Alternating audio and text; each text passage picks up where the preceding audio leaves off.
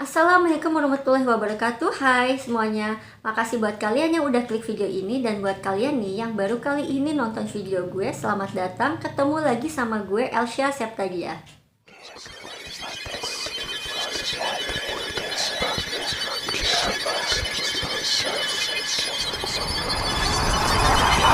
Selamat datang semuanya. Di video kali ini gue nggak akan bercerita tentang cerita-cerita hantu, tapi gue akan bercerita tentang kejadian yang mengerikan dan terjadi dalam hidup gue. Dan ini benar-benar kisah nyata yang gue alamin sendiri di tahun 2009. Tapi sebelum gue masuk ceritanya, gue minta banget nih bantuan kalian. Ayo dong, jangan pada nonton aja, tapi kalian juga bantu kasih sedikit usaha aja sebentar untuk klik subscribe di video gue atau di channel gue. Karena buat gue saat ini subscribe itu penting banget. Dan jangan lupa buat kalian untuk turn on notifikasinya supaya kalian tetap bisa dapetin updatean video-video dari gue. Dan makasih banget buat teman-teman yang udah pada subscribe. Oke, gue nggak akan berlama-lama lagi, gue langsung akan mulai ceritanya. Let's start it. Pada tahun 2009, di hari itu pukul jam 8 pagi, gue pergi ke suatu tempat bersama 3 orang. Kita pergi ke suatu lokasi di mana rumah itu berada tidak jauh dari rumah gue. Mungkin jaraknya sekitar 6 km. Rumah itu berada di daerah perbukitan dan sebenarnya rumah itu pun berada di area perumahan warga. Rumahnya ini agak sedikit jauh dan berada di pojok dari rumah-rumah warga lainnya. Pada saat gue tiba di rumah itu, sebenarnya tidak ada yang aneh dari rumah itu sendiri. Jadi sebenarnya rumah itu sama seperti rumah-rumah lainnya yang ada di sekitar situ. Dan ketika gue masuk ke dalam rumah itu, memang suasananya di dalam rumah itu sangat berbeda jauh dengan yang pada saat kita masih ada di luar rumah itu. Jadi pada saat gue masuk ke rumah itu, suasana rumah itu sangat bertentangan sama batin gue. Entah gak lama dari situ muncullah seorang wanita yang usianya tidak terlalu jauh dengan usia gue, yang mungkin hanya perbedaan 4-5 tahun lebih tua dari gue. Dan dia ini sama seperti keluarga lainnya, punya suami dan punya 2 orang anak perempuan. Jadi perempuan ini tuh di luar dari yang gue gambarkan tadi, sebetulnya di balik itu dia adalah seorang dukun atau bisa disebut dengan orang pintar. Jadi gue juga nggak tahu apakah sebenarnya warga-warga setempat atau orang-orang yang tinggal di dekat rumah itu sebenarnya tahu apa pekerjaannya dari perempuan ini. Karena memang kalau dilihat dari luar, perempuan ini sama sekali tidak memperlihatkan bahwa dia itu seorang orang pintar atau seorang dukun. Karena kalau dilihat perempuan ini tuh ya wajar layaknya ibu-ibu rumah tangga lainnya. Jadi gue juga nggak tahu ya sebenarnya apakah orang-orang itu tahu atau enggak. Setelah kita akhirnya ngobrol-ngobrol sedikit, nah akhirnya dimulailah yang disebut dengan pengobatan atau penyembuhan. Saat itu perempuan ini minta gue untuk berganti pakaian dengan sebuah kaos atau t-shirt yang memang kaos itu dari dia. Waktu itu gue juga rada bingung dan agak mempertanyakan kenapa gue harus berganti pakaian. Karena gue ngerasa waktu itu juga kan gue sudah pakai pakaian yang cukup nyaman saat itu. Waktu gue tanyakan, kata dia katanya itu untuk memudahkan dia untuk melakukan pengobatan dan penyembuhan. Karena gue juga tidak tahu sebenarnya apa yang akan dia lakukan dan bagaimana cara dia itu mengobati orang. Akhirnya setelah gue berganti pakaian, dia minta gue untuk tiduran di lantai. Saat itu di alas sama karpet. Terus posisi gue tiduran terlentang dan di samping gue ini ada 3 orang yang mengantar gue saat itu. Lalu perempuan itu minta semuanya untuk tenang. Dan dia itu seperti berbicara atau kayak membaca doa-doa yang kalau kita sih lihat kayak orang komat kamit, tapi memang kedengeran kayak seperti ada bacaan-bacaan doa Al-Quran, tapi gue nggak tahu ya apa yang dia baca sebenarnya. Pada saat itu dia bilang kalau dia akan mendatangkan dan memasukkan kodamnya pada diri dia. Jadi nanti diri dia inilah yang akan dikontrol oleh si kodamnya. Jadi dia bilang jangan takut, nanti itu yang akan berbicara, yang akan berlaku itu adalah kodamnya. Duh, takut banget nih. Nggak lama dari situ, perempuan ini itu memang berubah. Dari cara dia berbicara, dari dia itu bersikap, dia seperti seorang laki-laki. Jadi tangannya itu seperti seperti begini. Tangannya, suaranya mulai menggeram, seperti suara yang berat, suara ya hampir sama seperti suara seorang laki-laki. Jadi cara dia mengobati adalah dengan cara memukul habis para pasiennya. Yang waktu itu menurut dia adalah cara ini untuk mengeluarkan hal-hal buruk atau makhluk-makhluk buruk yang ada di dalam diri kita, dengan cara memukul-mukul atau menghajar seluruh tubuh kita, yang menurut dia semua itu dilakukan oleh si kodamnya. Gue akan cerita sebenarnya rincian kejadian itu. Jadi pada saat gue tiduran, pertama kali yang dia mulai pukul itu adalah dari ujung paha sampai ke kaki bawah. Jadi pada saat itu dalam posisi gue tiduran terlentang, dia itu mulai menghajar habis-habisan dengan caranya seperti kekuatan yang muncul dalam diri perempuan itu bukan seperti gerakan seorang perempuan atau kekuatannya seorang perempuan, tapi seperti full power dengan seluruh kekuatan seperti kekuatannya seorang laki-laki. Dan tangan dia itu bukan tangan memukul begini, tapi dengan begini. Jadi itu semua dia pukul dengan kekuatan seperti ini. Dan itu dia pukul habis-habisan semuanya. Dan itu dari ujung paha sampai ujung kaki gue itu merah. Dan gue juga masih melihat bahwa 3 orang yang menemani gue ini masih bersikap biasa aja. Jadi gue merasa, oh memang kayak gini kali cara dia ngobatinnya ya. Jadi ketika sudah masuk lagi ke daerah atas, yaitu daerah perut sampai ke daerah dada, jadi sampai ke leher gue. Dan itu dia mulai lagi menghajar terus, dia memukul lagi. Di situ sebenarnya gue sudah tidak kuat, gue udah nggak tahan, dan gue sudah mulai menangis saat itu. Gue udah mulai ketakutan, dan gue udah sampai menyampaikan, tolong kenapa saya diginiin, tolong selamatin saya. Jadi anehnya saat itu 3 orang yang mengantar gue ini tidak melakukan apapun. Mereka juga sepertinya shock dan nggak tahu bahwa apa yang harus mereka lakukan saat itu gitu. Mereka tuh seperti kayak apa ya, kalau kita lihat kayak nurut aja gitu, kayak nurut aja dan diem aja. Jadi gue pun mau melarikan diri gimana, mau kabur gimana, mau ibaratnya berontak gimana. Setelah itu masuklah proses terakhir, yaitu waktu itu gue disuruh posisinya seperti duduk. Jadi gue posisinya duduk seperti begini. Nah saat itu ketika gue duduk masih di lantai, di situ dia si perempuan itu mulai pindah ke belakang, dan saat itu dia pegang kepala gue dengan tangan kirinya dia, lalu tangan kanannya dia mulai memukul kepala gue seperti ini. Gue ngerasain yang namanya sakit, pengang, air mata udah kayak keluar dengan sendirinya. Nah setelah itu dari atas dia mulai pindah ke daerah kepala. Nah dia seperti ini, tapi dia dengan kekuatan yang sangat kencang. Nah saat itu gue belum merasakan apa-apa sama telinga gue ini, tapi gue udah merasa itu sekujur tubuh gue itu sudah sangat kesakitan, sudah sangat nggak kuat, nggak tahan. Pokoknya gue itu saat itu cuma berpikir, ya Allah hari ini saya mati, hari ini saya mati. Karena memang gue merasakan, aduh ya Allah merinding. Karena gue saat itu merasakan sekujur tubuh gue ini seperti seperti sudah kehilangan kekuatan untuk bertahan. Setelah daerah telinga, masuklah ke daerah muka. Nah jadi dia pegang tangan yang ini, tangan kiri dia pegang gini, karena dia posisinya kan dari belakang.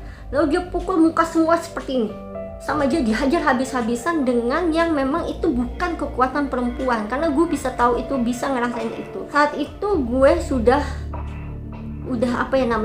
kayak udah pasrah, udah lost. Ngeliat nggak ada yang nyelamatin gue saat itu, gue cuma mikir oke, saat ini gue mati. Karena pada saat itu ketika dia mulai memukul muka, mulailah keluar darah dari hidung dan mulut gue.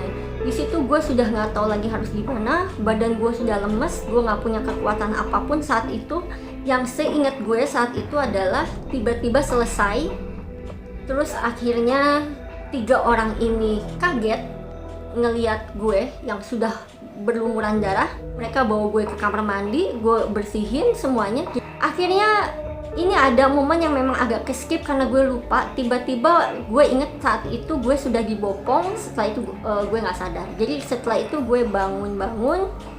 Karena itu jam 8 pagi gue ke rumah itu. Dan gue bangun-bangun itu maghrib malam. Itu gue nggak ngerasain apa-apa lagi. Karena saat itu gue ngerasa, gue pikir waktu itu gue udah mati nih. Oke, gue mati gitu. Taunya gue bangun tapi gue nggak ngerasain sekujur tubuh gue. Setelah gue bangun, gue ngeliat 3 orang yang menemani gue saat itu sedang menangis. Jadi mereka memang menyesali, mereka juga sebenarnya kaget, dan mereka juga tidak tahu sebetulnya bahwa si perempuan ini akan memperlakukan gue seperti ini, seburuk ini. Momen saat itu yang gue rasa adalah I don't trust people. Jadi gue di situ seperti runtuh, tidak lagi bisa mempercayai siapapun. Akhirnya setelah gue agak sadar, mereka juga akhirnya minta maaf. Orang-orang 3 orang yang menemani gue ini akhirnya minta maaf atas apa yang telah menimpa diri gue. Mereka juga tidak percaya gitu, walaupun memang pada saat itu mereka menyerahkan apapun yang akan gue lakukan selanjutnya. Tapi saat itu gue cuma mikirin apa yang terjadi sama tubuh gue, karena gue saat itu belum merasakan apapun seperti apa ya. Jadi gue tuh hanya merasakan lemes, nggak bisa ngegerakin seluruh badan gue. Pada pagi harinya setelah gue mulai sadar lagi, bangun lagi, barulah di situ gue merasakan sakitnya sekujur tubuh gue, seperti kayak sakit panas karena bekas dipukulin. Terus merasakan semua nyeri-nyeri di badan, dan paling terparah yang sakit gue rasain itu ada di kepala gue. Jadi gue merasakan sakit kepala yang luar biasa. Terus telinga gue itu mulai kayak nyut-nyutan. Akhirnya karena pada saat itu gue di kamar sendirian, gue minta semuanya pada keluar. Karena memang saat itu gue tidak mau berbicara dan bertemu dengan siapapun. Akhirnya gue masuk ke kamar mandi. Dan pada saat itu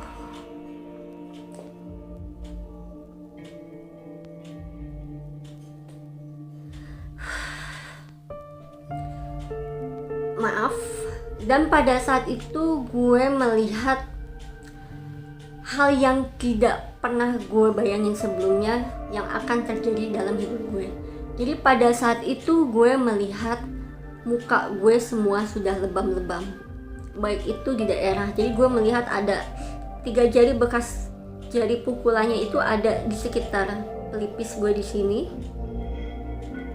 Di sini udah lebam, udah ungu lebam. Di sini juga beberapa gigi juga udah hancur. Gue juga punya permasalahan pendengaran tapi telinga kanan waktu itu. Tapi waktu itu gue belum menyadari itu. Jadi yang gue lihat adalah luka-luka lebam hasil dari pemukulan itu sendiri. Jadi bisa kalian bayangkan kalau sampai selebam itu, separah itu, kalian bisa tahu kan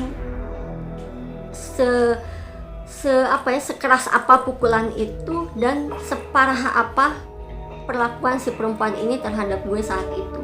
Tidak lama dari situ, setelah 6 minggu, setelah luka-luka lebam itu mulai berkurang dan sudah mulai menghilang, akhirnya gue dibawalah ke sebuah rumah sakit untuk diperiksa.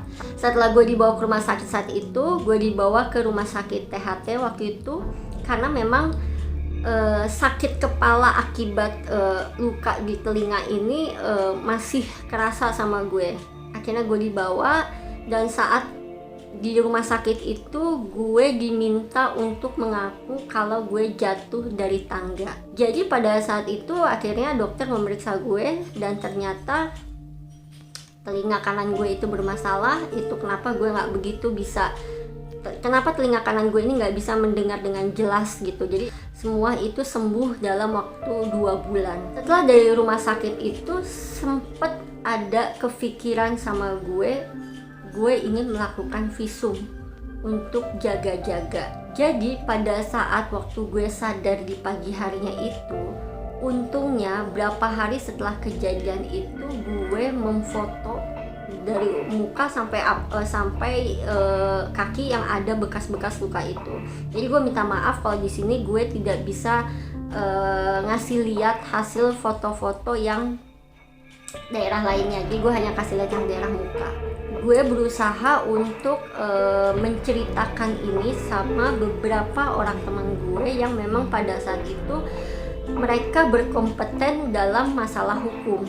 Mereka juga mengembalikan kasus ini terhadap gue, apakah ingin diperpanjang sampai ke kepolisian atau hanya udah begini aja. Jadi saat itu mereka juga minta gue untuk berpikir ulang. Kenapa? Karena memang orang-orang ini berkaitan dengan kehidupan gue sehari-hari.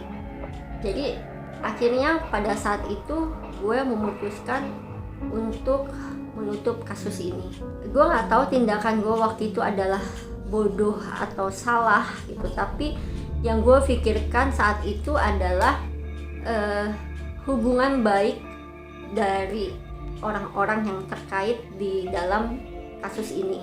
Pada saat itu ada satu orang kerabat gue yang memang mendatangi suaminya. Ini minta pertanggungjawaban atas apa yang terjadi pada diri gue. Saat itu suaminya benar-benar minta maaf. Dia juga ternyata kaget. Jadi suaminya sendiri itu kaget kalau istrinya sudah melakukan kekerasan fisik terhadap gue sampai separah itu. Jadi suaminya bilang biasanya kalau sampai istrinya sudah mulai mau agak berlebihan karena dia kemasukan kondom itu katanya, biasanya suaminya itu akan memanggil istrinya untuk ngelepasin si kondom itu dan kembali lagi ke istrinya. Jadi tidak sampai terjadi hal-hal yang parah. Istrinya itu tidak berani melakukan hal ini kalau tidak dijaga atau ditemenin sama suaminya. Gue juga nggak tahu karena memang sempat ada yang hilang memori gue saat itu. Jadi gue juga nggak tahu sebenarnya pada saat gue keluar dari rumah itu si perempuan ini ngelihat gue babak belur, apa ya ekspresinya dia, muka dia seperti apa yang dia lakukan, gue juga nggak tahu. Jadi gue sebenarnya ada yang hilang yang gue nggak inget sama sekali pada saat itu. Jadi katanya si perempuan ini mau meminta maaf, jadi dia ini mau bertemu sama gue untuk meminta maaf gitu. Jadi akhirnya waktu itu gue bilang nggak usah aja, tapi gue juga tidak menyalahkan orang-orang itu atau orang-orang yang waktu itu gue sama sekali tidak menyalahkan. Gue itu murni menyalahkan diri gue sendiri.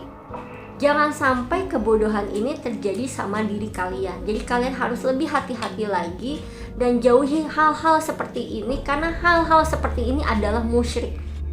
Tetaplah percaya akan kekuatan dan kebesaran Allah. Semua kembali lagi sama Allah. Jadi segitu aja dulu cerita dari gue, karena gue berharap sebenarnya cerita ini itu ingin gue sharing untuk supaya ada pembelajaran nih buat kita semua para perempuan di luar sana. Apapun permasalahannya, apapun salah atau tidaknya, tidak dibenarkan di dunia manapun bahwa perempuan itu layak atau pantas untuk disakiti atau diperlakukan dengan baik itu kekerasan secara verbal maupun secara fisik.